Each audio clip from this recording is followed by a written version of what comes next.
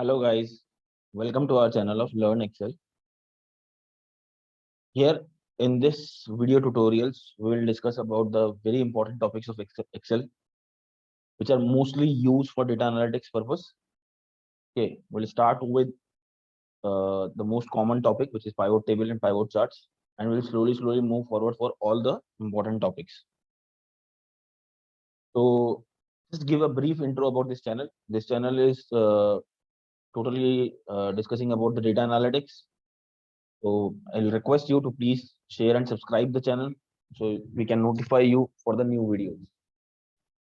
So let's jump in.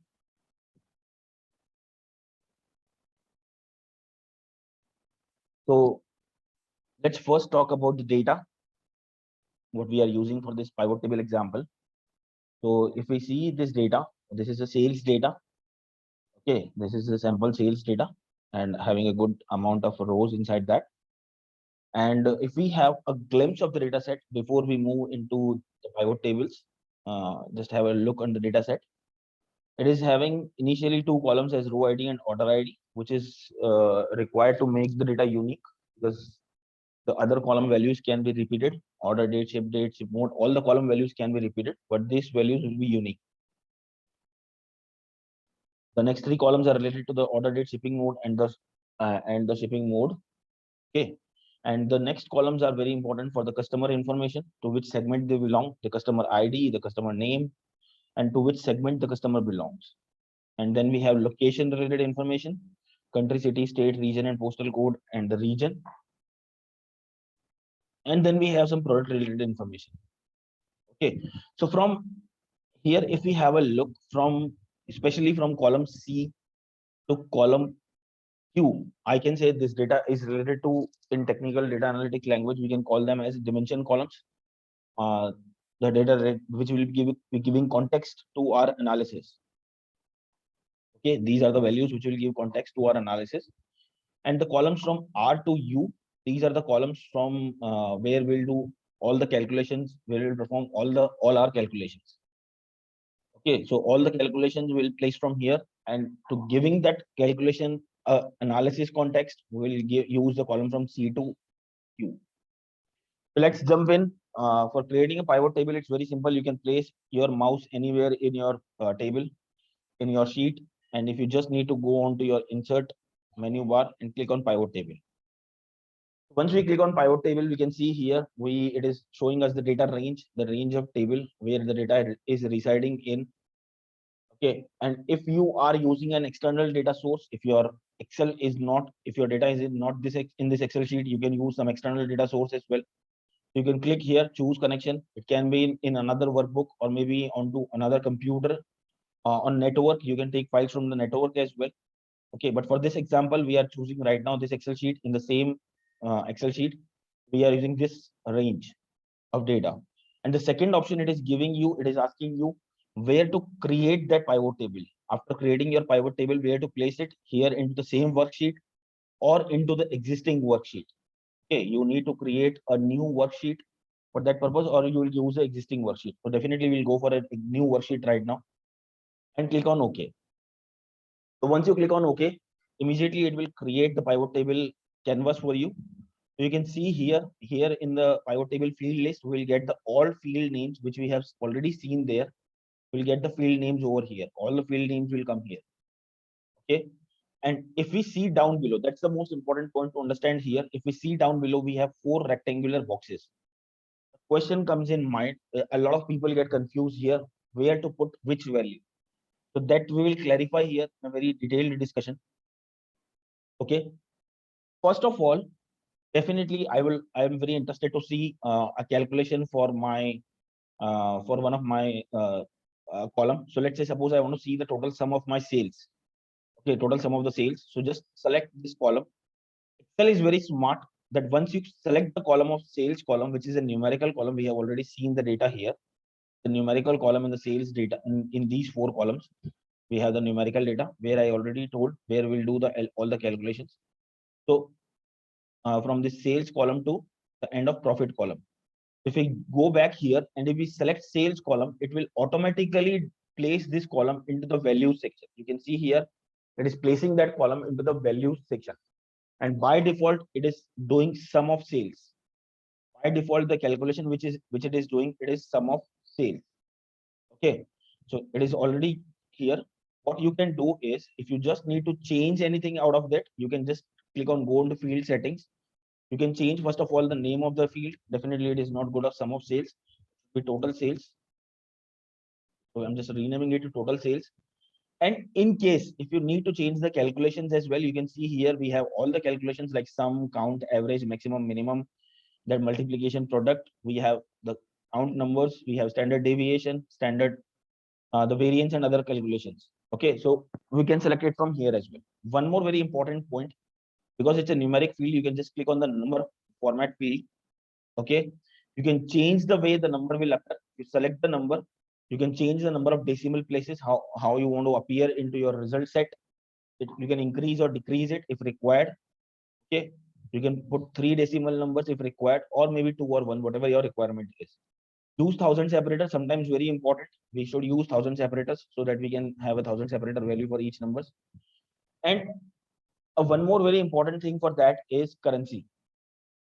So currency, if you use the currency, definitely you need to use any symbol, either a rupee symbol or a dollar symbol, what you want to display. So accordingly, you will select it from here. For this example, right now, we are using the number format. So yes, we are using the 1000 separator and we are using 2 decimal places. So let's click on OK. And we got the answer here. So this is our total sum of sales. Okay, that looks very good. But yes, definitely we need to give it a context, how we want to see the total sales. Okay, so what I want to do is I want to see the total sales segment wise. How my total sales are appearing segment wise. And we are very my team is asking me to show me the total sales segment wise. So select the segment column. Now the question comes, where should I put the segment column? By default, that's a very, very important point. By default, if you will put the segment column here, select here, it will put it into the rows section. So let's select it and check what happens. So if I select the segment section, you can see here I'm getting the sales divided segment wise, and automatically put the segment column here into my rows section. Okay, and we are getting now a very clear report. This is the total sales for consumer segment. This is for corporate segment. Similarly for home office, and this is our total grants, total of the sales. Okay, but sometimes, let's say suppose in case if I remove it from here, and if I put the segment section in column by if by chance I'm putting it into the column rectangular box, then what will happen? Nothing will happen. It will still give the result. If you put it here, you are still getting the same answer, but in a different way, column wise. You are getting the consumer total sum, corporate total sum, home office total sum, and grand totals of the wholesale. So still we are getting the correct answer. So it doesn't matter you wherever you put it, but yes, definitely it will look much better if you put it here into the rows section instead of putting it into the column section. And even if I put it into the filter section as well, you can see here, now I have the total sales appearing here. And what I can do is I can select the consumer section. If I want to see consumer section segment total sum of sales, I can select consumer segment. I'm getting the answer. I can select the corporate segment, I can get the answer. Similarly, for the home office, I can get the answer. Even I can make the multiple selections as well. For that, I should select multiple items.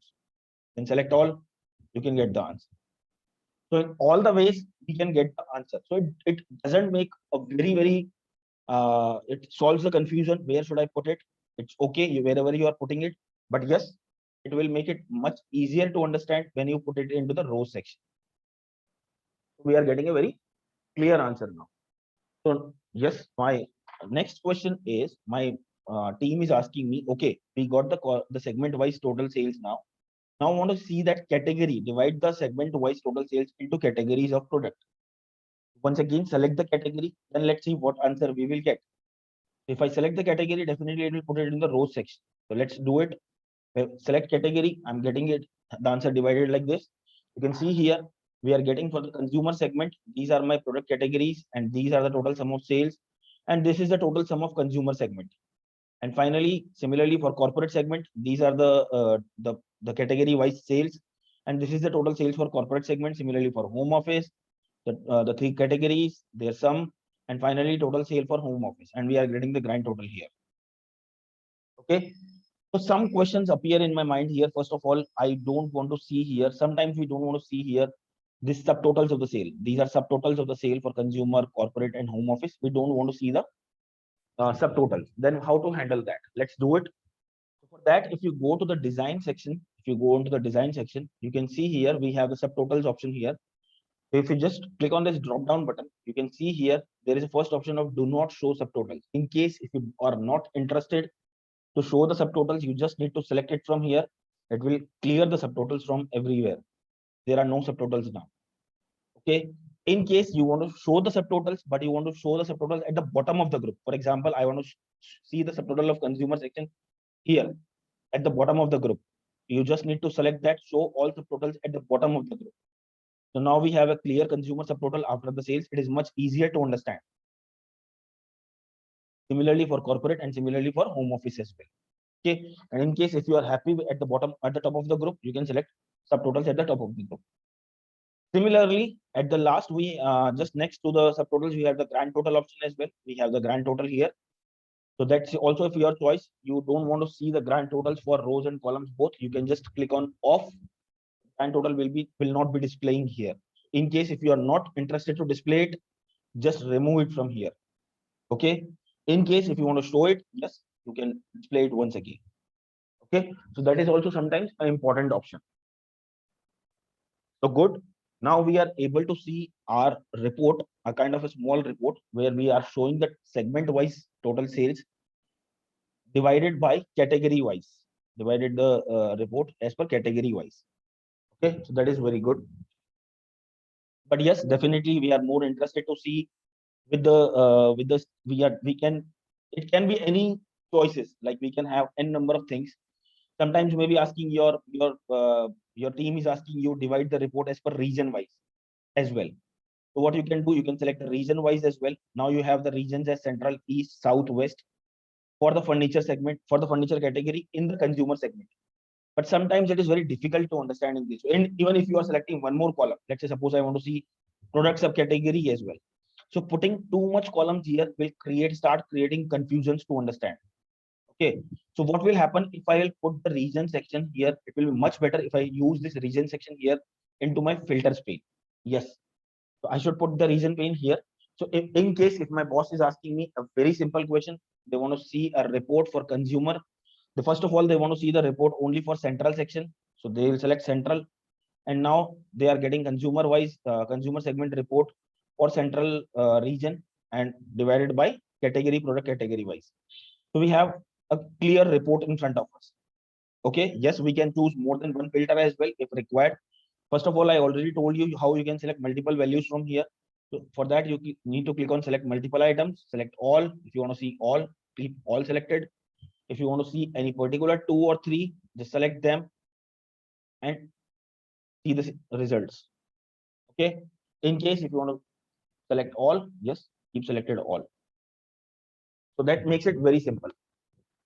Now, let's say suppose we want to divide it into more categories, but here we can put more filters as well. No problem. We can definitely we can put more filters as well. For example, I want to see at subcategory wise as well. So I can add one more filter here, subcategory.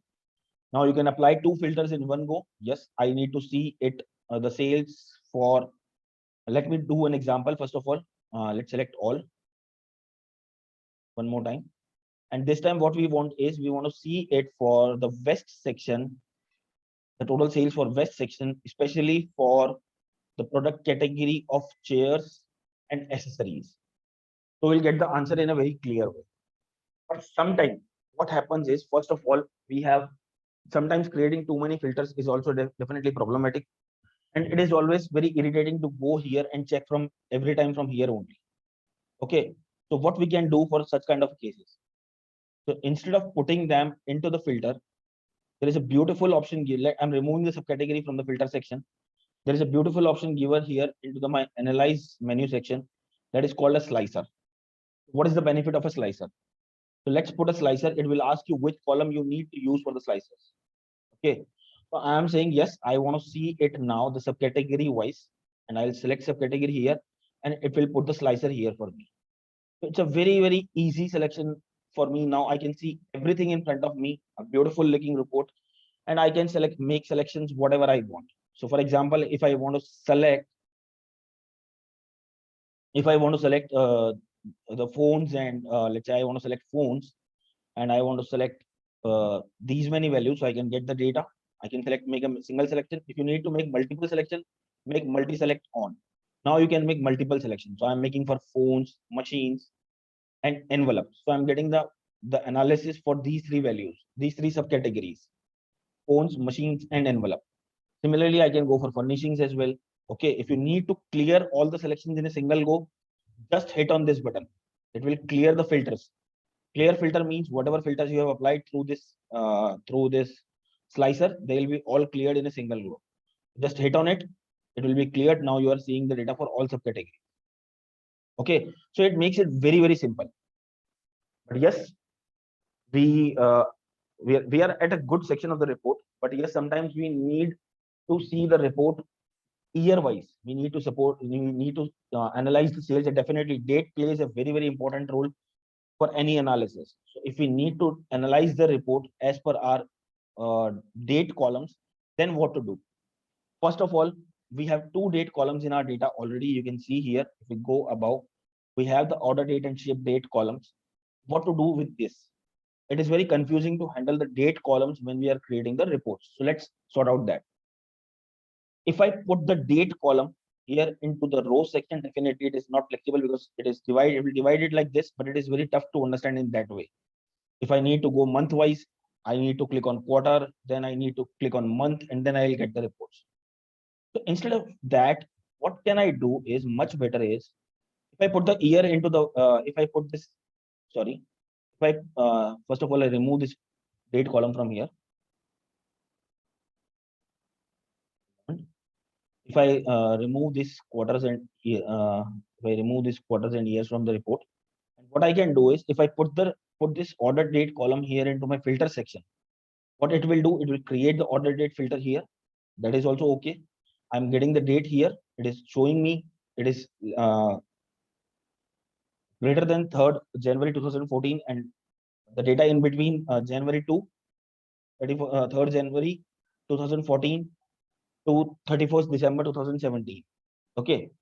Once again, if we need, we can go month wise and all that stuff, but it is very difficult to handle in that way. So what is the much better way for that? I'm removing once again this filter from here. For that purpose, instead of choosing a slicer, there is a beautiful option given by Excel, that is insert timeline. So what will happen if I select a timeline here? It will ask me, yes, we are giving you two columns as a order date and ship date. So what you need to choose for? You can select any one of that. Definitely, I'm interested in order date right now, so I will go for my order date. If I select it here, you can see here it is putting up a slicer here for me. So now what I do is, if I select on this drop down button, you can see here it is giving me 2 or 4 options: year wise report, quarter wise, month wise, days wise. I want to definitely interested in year wise first of all. So if I click on year wise, it is divided into 4 years. The data as per our data set, it is divided the dates 2014, 15, 16, and 17. Yes, I am interested into 16 report right now. So yes, click on 16th report. Now, if you want, you can divide it further into quarter wise section. So we have 4 quarters in 2016: quarter 1, quarter 2, quarter 3, quarter 4. If you are interested into quarter 3 and 4, just select quarter 3 and quarter 3 and 4. Pressing the shift key, you can select more than one quarter in one single go. If you want to quarter 2 as well, just press shift key and select quarter 2 as well. So it is filtering the data and giving you the answers accordingly. Now, even if you want, you can go month wise as well. You can further subdivide the report for these 3 quarters from April, May, and June. So let's say if you are more interested in June to September report, just press the shift key from June to September, June, July, August, September. You can get the answers. Okay, a beautiful report which is giving your answers in a very, very clear way. So if you want to clear all the filters in a single go, just clear it from this button. So clear the filters, hit on this, you will get the report once again back to the original place. So that's how this slicer helps a lot to analyze the data according to your date columns. Okay, date always plays a very, very important role into any analysis. So selecting year-wise report, quarter-wise report, monthly, daily, weekly, everything you can get it out from here. Okay. We can put any n number of slicers as well, and we can put n number of timeliners as well. Okay, so if you want more than one, once again, no problem. Click here, go to your analyze section, and you will find once again insert slicer or insert timeline. So if you want, you can select one more slicer. You want to say, okay, I want to divide it sub further as city wise.